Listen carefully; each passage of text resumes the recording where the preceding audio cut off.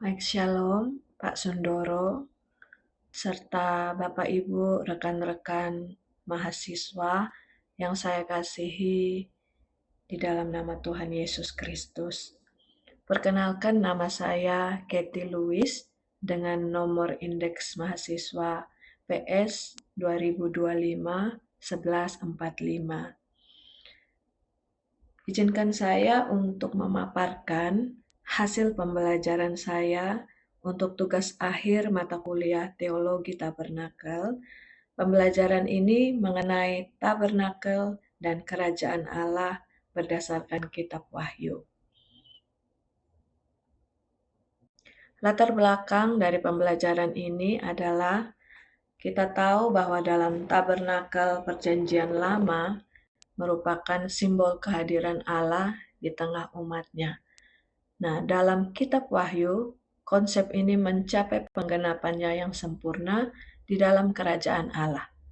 Maka studi ini bertujuan untuk memahami hubungan antara tabernakel yang ada di dalam Perjanjian Lama dan kerajaan Allah yang tertulis di dalam Wahyu, serta relevansinya bagi gereja masa kini. Pokok bahasan yang ada dalam pembelajaran ini adalah arti kata tabernakel, yang kedua kebenaran teologis tabernakel dalam Perjanjian Lama, yang ketiga kebenaran tabernakel atau bait suci yang ada dalam kitab Wahyu berkaitan dengan pokok kerajaan Allah, yang keempat relevansi dari kebenaran-kebenaran tersebut terhadap gereja masa kini, serta yang terakhir adalah aplikasinya dalam kehidupan gereja, pelayanan, serta pribadi. Kita masuk dalam pokok pembahasan yang pertama, yaitu arti kata tabernakel. Kita dapat melihat kata tabernakel di dalam Keluaran 25 ayat yang ke-8, bahwa dituliskan, dan mereka harus membuat tempat kudus bagiku, supaya aku akan diam di tengah-tengah mereka. Kata tabernakel atau istilah tabernakel kita dapat lihat dalam bahasa Ibrani.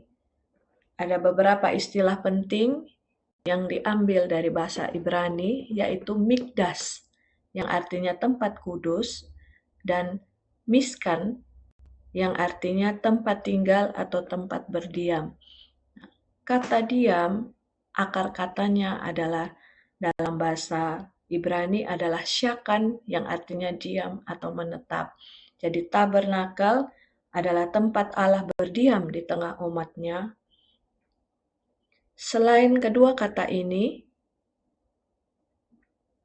ada kata dalam bahasa Ibrani yaitu Ohel Moed, yang artinya kemah pertemuan. Kita dapat membaca ini dalam Keluaran 29 ayat 42. Itu suatu korban bakaran yang tetap di antara kamu turun-temurun di depan pintu kemah pertemuan di hadapan Tuhan, sebab di sana aku akan bertemu dengan kamu untuk berfirman kepadamu. Nah, tabernakel juga diartikan sebagai kemah pertemuan, di mana tempat perjumpaan antara Allah dan manusia. Selanjutnya, kata tabernakel dari bahasa Latin itu diambil dari kata tabernaculum, yang artinya tenda atau tempat tinggal sementara. Ini menunjukkan bahwa tabernakel bersifat sementara dan bergerak, yang dapat kita lihat selama perjalanan bangsa Israel di padang gurun. Kita masuk dalam pembelajaran yang kedua tentang kebenaran teologis tabernakel di dalam Perjanjian Lama. Kebenaran yang pertama, tabernakel bukan ide manusia. Tabernakel adalah inisiatif Allah sendiri, di mana Allah rindu untuk dekat dan berdiam di tengah umatnya.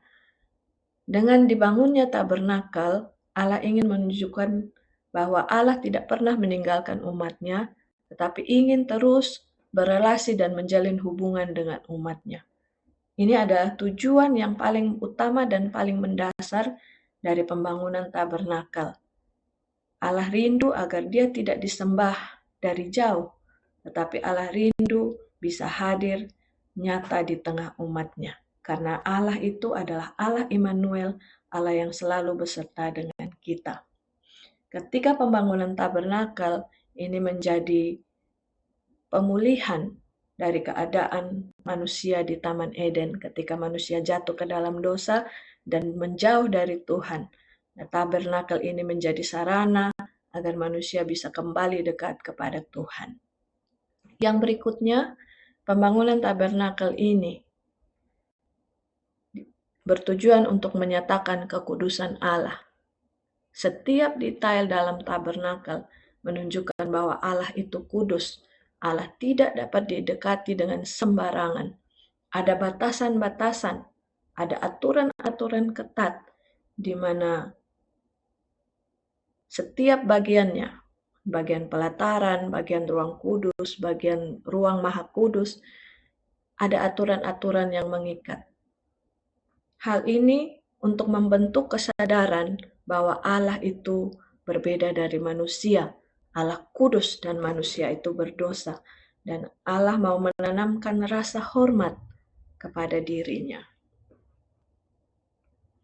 Kebenaran teologis yang berikutnya, karena dosa telah memisahkan manusia dari Allah, maka Allah menyediakan jalan melalui korban. Allah menyediakan sistem pendamaian terhadap dosa. Ya, fungsi ini sangat penting, di mana di dalam tabernakel terdapat mezbah korban bakaran.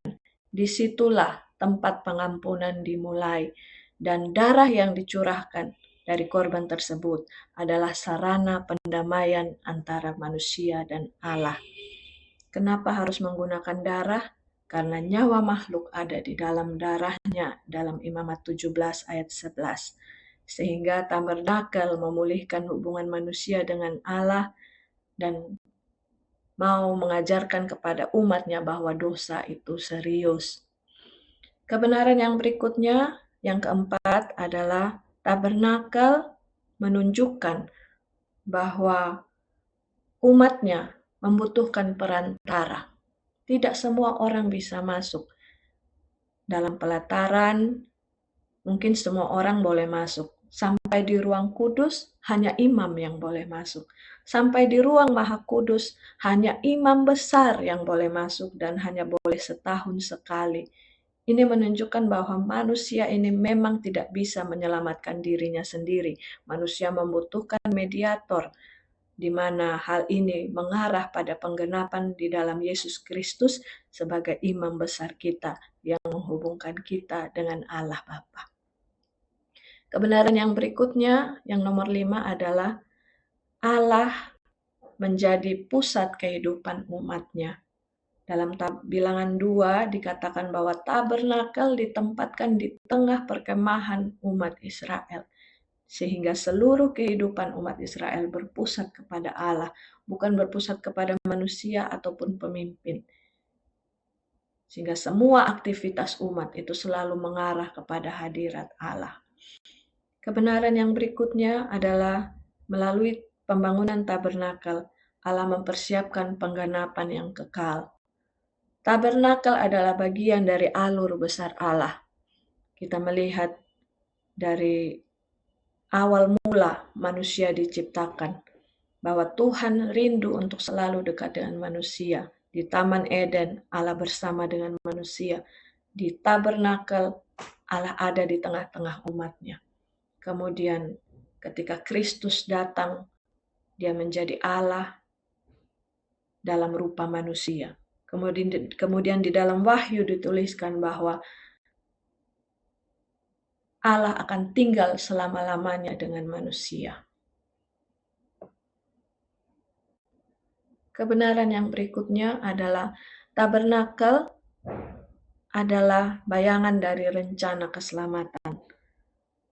Tabernakel bukan tujuan akhir, tetapi merupakan nubuatan simbolik tentang Kristus, di mana semua hal di dalam tabernakel menunjuk kepada rencana keselamatan yang diwujudkan dalam Yesus Kristus. Jadi tabernakel itu adalah simbol dan Kristus adalah penggenapannya.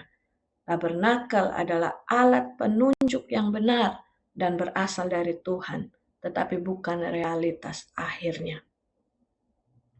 di mana setiap bagiannya seperti pintu gerbang menunjuk kepada Yesus yang adalah jalan satu-satunya menuju keselamatan. Bejana pembasuhan menunjuk kepada Yesus yang adalah firman, di mana firman itu yang mampu membawa setiap manusia ke dalam pertobatan dan pembaharuan hidup. Mezbah korban bakaran menunjuk kepada Yesus, kepada salib Kristus, tempat darah Yesus dicurahkan, dan tempat pengampunan dimulai. Dan dalam mezbah korban itu melambangkan Yesus Kristus yang menghapus dosa manusia dengan mengorbankan dirinya di atas kayu salib. Kemudian roti sajian melambangkan Yesus yang adalah roti hidup. Kaki dian melambangkan Yesus yang adalah terang dunia. Mezbah dupa melambangkan doa dan perantara, di mana doa-doa orang kudus naik seperti dupa, dan Yesus Kristus menjadi perantara bagi doa-doa kita. Kemudian tabir melambangkan tubuh Kristus.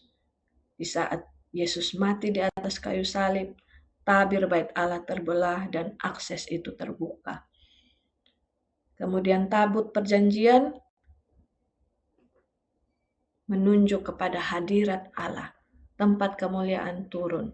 Di dalam Kristus, hadirat Allah itu juga hadir. Allah hadir sepenuhnya di dalam Kristus. Dalam Kolose 2 ayat 9 berkata, sebab di dalam dialah berdiam secara jasmaniah seluruh kepenuhan kealahan. Kita masuk dalam pokok pembahasan yang ketiga, yaitu kebenaran tentang tabernakel atau bait suci dalam kitab Wahyu terkait dengan kerajaan Allah. Kebenaran yang pertama, di dalam Wahyu, bait suci itu, tabernakel itu, bukan sekadar simbol lagi. Ya, ketika Musa diperintahkan membuat tabernakel, ia tidak mendesain sendiri. Allah memberikan pola surgawi. Artinya tabernakel di bumi itu adalah replika dari yang asli yang ada di surga. Dalam Wahyu, Yohanes tidak melihat simbol lagi, tetapi realitas ilahi. Dituliskan di dalam Wahyu bahwa tabut perjanjian terbuka. Dalam Wahyu 15 ayat 5 dikatakan, pada waktu itu aku melihat orang membuka bait suci, artinya simbol hadirat Allah yang nyata, dan akses Tuhan. Akses kepada hadirat Allah itu nyata. Kemudian yang kedua, kebenaran yang kedua, bait suci adalah tempat hadirat Allah. Ya. Sejak Allah menciptakan manusia, Allah mau tinggal bersama manusia. Seperti tadi yang sudah saya bicarakan, dari Eden, kemudian tabernakel, kemudian nanti di Wahyu, dijelaskan bahwa Allah akan tinggal selama-lamanya dengan manusia. Tidak perlu lagi bangunan, tidak perlu ada lagi tirai, tidak ada lagi pembatas. Intinya adalah bukan tempat. Tabernakel di dalam Wahyu, dia bukan tempat, bukan ritual, tetapi bait suci yang ada di Wahyu adalah pusat hadirat Allah itu sendiri, di mana Allah ada di tengah-tengah umatnya. Kebenaran yang ketiga, bait suci adalah sumber penghakiman. Ya. Di dalam Wahyu 14 ayat 17 dan juga Wahyu 15 dikatakan bahwa malaikat pembawa murka keluar dari bait suci. Ini menunjukkan apa? Bahwa penghakiman itu bukan hanya sekedar tindakan emosional, tetapi penghakiman merupakan respon dari kekudusan Allah. Ya. Kekudusan Allah menuntut penghakiman terhadap dosa setiap manusia. Meskipun Allah kita adalah Allah yang penuh kasih, tetapi Dia tidak meniadakan keadilan. Jadi Allah kita adalah Allah yang adil. Kebenaran yang berikutnya, bait suci adalah pusat tahta dan otoritas Allah. Dalam Wahyu 16 ayat 17 berkata, dan malaikat yang ketujuh menumpahkan cawannya ke angkasa. Dan dari dalam bait suci kedengaranlah suara yang nyaring dari tahta itu. Katanya sudah terlaksana. Ada suara yang keluar dari bait suci. Ada suara dari tahta Allah. Artinya apa? Bait suci tidak terpisah dari pemerintahan Allah. Hadirat Allah dan pemerintahan Allah adalah satu kesatuan. Di mana ada hadirat Allah, disitulah pusat keputusan Allah itu ada. Keputusan tentang penghakiman, keputusan tentang keselamatan, keputusan tentang pemulihan. Ya, di mana Allah hadir, di situ juga Dia memerintah. Tidak ada lagi kuasa lain, tidak ada lagi pemberontakan. Dan setiap firman yang keluar dari tahta Allah tidak bisa dibatalkan, tidak bisa dilawan, dan pasti akan terjadi. Kebenaran yang berikutnya, bait suci dipenuhi oleh kemuliaan Allah. Dalam Wahyu 15 ayat 8 berkata, dan bait suci itu dipenuhi asap karena kemuliaan Allah dan karena kuasanya. Asap kemuliaan memenuhi bait suci ini menandakan bahwa Allah hadir secara penuh. Allah menyatakan dirinya, Allah menyatakan kemuliaannya. Yaitu apa? Kekudusannya, kasihnya, kuasanya, kebenarannya. Semua pribadi Allah itu dinyatakan. Dalam Alkitab kita melihat bahwa Allah terus menyatakan kemuliaan di hadapan Musa. Musa melihat kemuliaan Allah lewat tiang awan dan tiang api. Di dalam tabernakel, bangsa Israel dapat melihat kemuliaan Allah memenuhi kemah. Kemudian di dalam bait suci, kemuliaan Allah itu besar terasa sehingga imam-imam itu tidak tahan. Di dalam Yesus, kemuliaan Allah juga dinyatakan, tetapi terselubung oleh kemanusiaannya. Di dalam Wahyu dituliskan bahwa kemuliaan Allah itu tiada batasnya, tanpa batas. Kebenaran yang berikutnya, akses ke bait suci hanya melalui anak domba. Dalam tabernakel, dalam perjanjian lama, hanya imam besar yang boleh masuk ke dalam ruang maha kudus.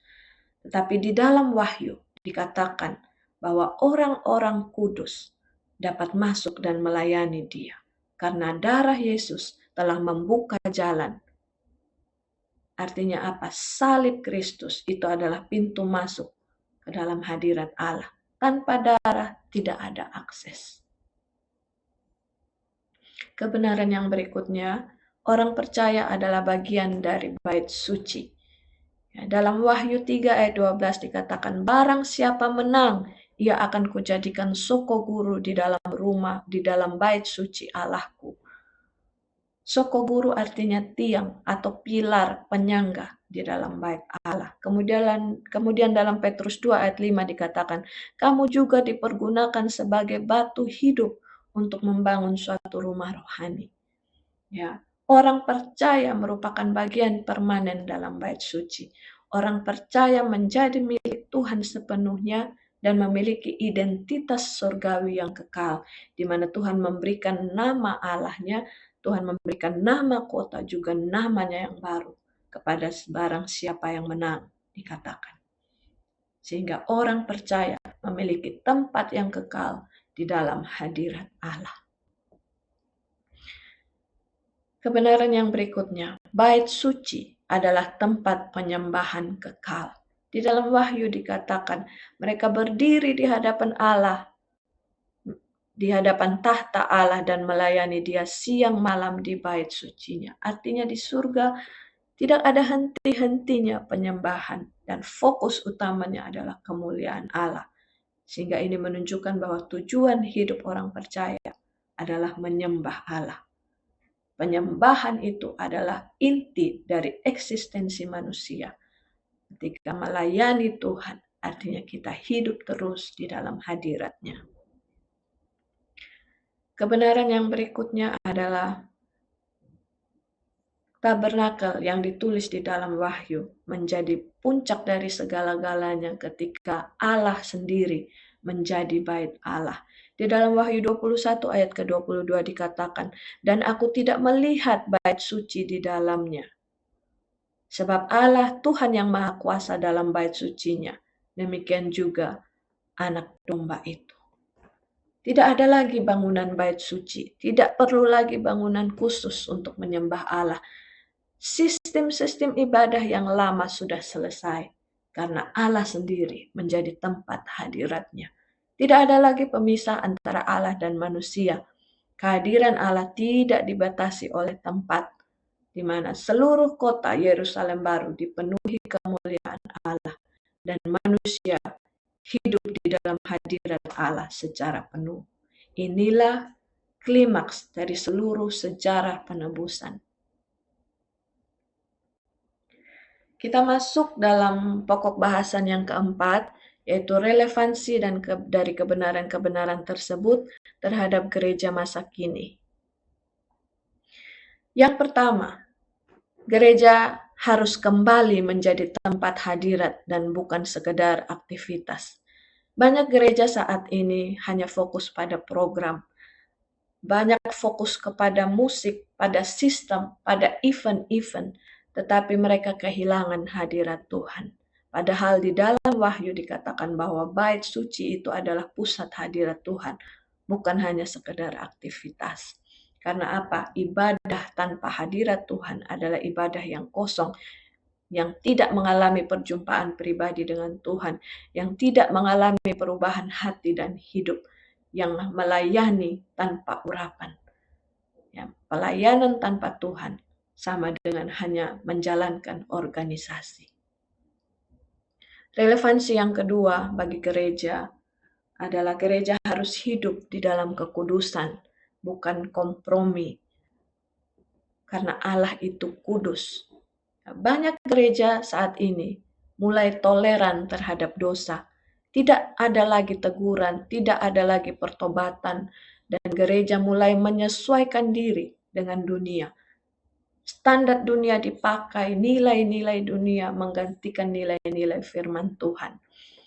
Tetapi di dalam Wahyu dikatakan bahwa bait suci itu adalah sumber penghakiman, karena Allah kudus dan Allah menuntut kekudusan dari umatnya. Sehingga gereja yang tidak kudus akan kehilangan otoritas rohani. Doanya tidak berkuasa lagi, pelayanannya tidak berdampak. Sehingga hadirat Tuhan tidak tinggal di dalam kompromi. Tuhan tidak kompromi dengan dosa. Relevansi yang ketiga, gereja harus berpusat pada Kristus, bukan kepada manusia. Bahaya dalam gereja modern adalah seringkali mereka mengidolakan pemimpinnya, yang sebenarnya hanyalah alat Tuhan.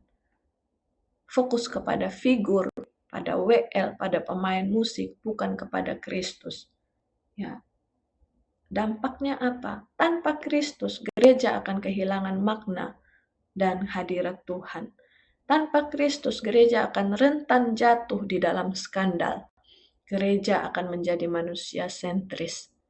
Sedangkan dalam Wahyu dikatakan anak domba adalah pusat segala sesuatu. Sehingga semua pelayanan kita, semua pelayanan gereja harus berpusat kepada Yesus. Relevansi yang keempat, gereja adalah bait Allah, bukan gedung. Banyak orang masih berpikir bahwa gereja itu adalah bangunannya. Gereja itu adalah tempat ibadah setiap hari Minggu. Tetapi dalam Wahyu dikatakan, orang percaya adalah bagian dari bait Allah dan Allah tinggal di dalam umatnya. Sehingga salah ketika gereja salah memahami arti dari gereja, maka iman itu hanya menjadi ritual semata. Jemaat datang, menyanyi, dengar khotbah, pulang, dan selesai begitu saja. Tidak ada kehidupan rohani sehari-hari. Gereja akan merasa dekat kepada Tuhan hanya ketika mereka ada di dalam ruang ibadah. Gereja atau jemaat hanya akan menjaga kelakuannya ketika mereka ada di dalam gereja atau saat ibadah. Sedangkan di luar gereja mereka akan bertingkah sebaliknya. Nah, identitas kita sebagai bait Allah itu lebih penting daripada lokasi atau bangunan. Jadi gereja yang sesungguhnya itu tidak terbatas pada tempat. Relevansi yang berikutnya, gereja harus hidup dalam penyembahan sejati. Banyak orang menganggap bahwa penyembahan hanyalah pujian dan musik. Mereka hanya berfokus pada lagunya.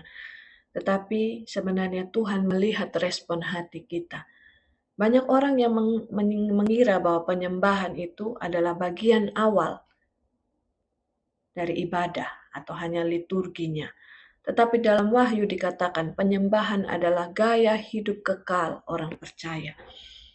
Terlihat dalam cara hidup kita, bagaimana kita berbicara, bagaimana kita berespon, bagaimana kita mengambil keputusan sehari-hari, dan bagaimana ketaatan kita kepada Tuhan. Jadi penyembahan itu adalah respon terhadap siapa Tuhan. Sehingga gereja harus tahu bahwa penyembahan bukanlah acara 20 menit saja yang berisi emosional kita. Ketika jemaat hanya menangis tetapi dia tidak berubah. Itu adalah pemikiran yang salah. Penyembahan bukan hanya di gereja saja, tetapi ketika keluar dari gereja, jemaat hidup berbeda.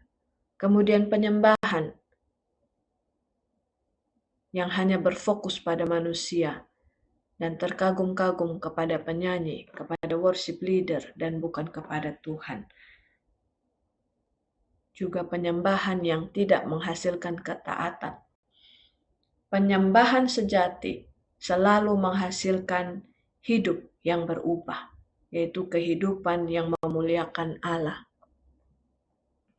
Relevansi yang berikutnya, gereja harus sadar akan kekekalan dan penghakiman yang nyata.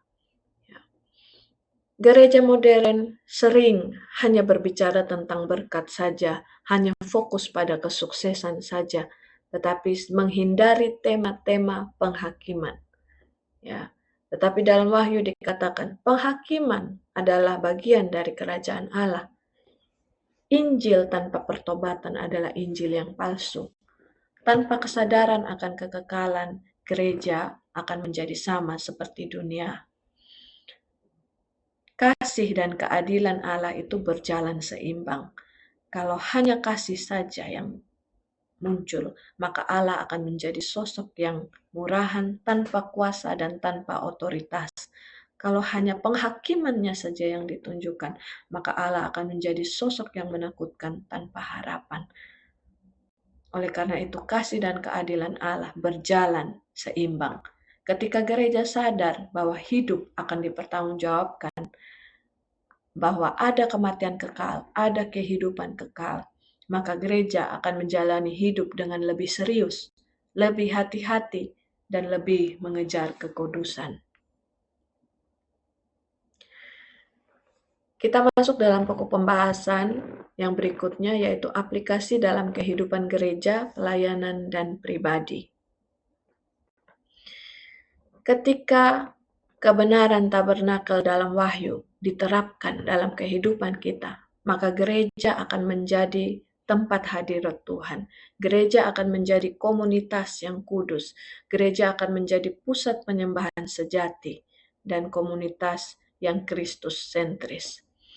Ketika gereja menjadi tempat hadirat Tuhan, maka ibadah tidak hanya terstruktur rapi, tetapi memberikan ruang bagi hadirat Tuhan. Ibadah tidak menjadi terburu-buru dalam liturgi, tetapi selalu memberi ruang bagi Roh Kudus untuk bekerja, di mana doa dan penyembahan menjadi pusat dan bukan hanya tambahan. Ketika gereja menjadi komunitas yang kudus, mereka tidak kompromi dengan dosa. Akan ada disiplin-disiplin rohani yang sehat. Akan ada penggembalaan yang nyata dan bukan hanya formalitas. Pemimpin-pemimpin akan hidup sebagai teladan, bukan hanya sebagai pengajar saja. Ketika gereja menjadi pusat penyembahan sejati dan berfokus pada Kristus, maka penyembahannya adalah selalu meninggikan Kristus dan bukan manusia. Jemaat tidak hanya berkumpul tetapi mengalami Tuhan bersama. Relasi antar jemaat akan membawa orang lebih dekat kepada Tuhan. Dan fokusnya bukanlah hanya pertumbuhan jemaat, tetapi pertumbuhan rohani, serta mengajarkan kepada jemaat tentang hidup yang kekal. Ketika kebenaran tabernakel dalam Wahyu diterapkan, maka pelayanan akan menjadi pelayanan yang lahir dari keintiman, bukan ambisi, sehingga pelayanan itu adalah bentuk dari respon setiap kita, bukan hanya untuk mengejar performa, bukan hanya untuk mengejar nama baik. Pelayanan akan menjadi penuh kuasa karena mengutamakan kekudusan dan integritas lebih penting dari karunia. Pelayanan mempunyai tujuan yang memuliakan Yesus, bukan mencari pengakuan manusia. Dan setiap pelayan Tuhan tidak akan pilih-pilih pelayanan sebab melakukan segala sesuatu dengan hati yang menyembah. Kemudian jika kebenaran tabernakel dalam Wahyu diterapkan dalam kehidupan pribadi kita, maka pribadi kita akan menjadi bait Allah yang hidup. Apa yang kita lakukan mempengaruhi hadirat Tuhan dalam hidup kita. Bagaimana kita menjaga pikiran, perkataan, dan perbuatan, serta menghindari dosa yang mencemari hidup. Apa yang kita lakukan mempengaruhi bagaimana orang melihat Tuhan di dalam hidup kita. Kita akan menjadi pribadi yang intim dengan Tuhan, punya waktu pribadi dengan Tuhan setiap hari. Kita akan menjadi pribadi yang siap untuk kekekalan, di mana kita selalu fokus pada hal-hal yang kekal. Kita memprioritaskan Tuhan di atas segala-galanya, dan kita menginvestasikan hidup kita ini untuk hal-hal yang rohani. Baik, sekian pemaparan dari hasil pembelajaran saya. Terima kasih banyak. Tuhan Yesus memberkati kita semua. Shalom.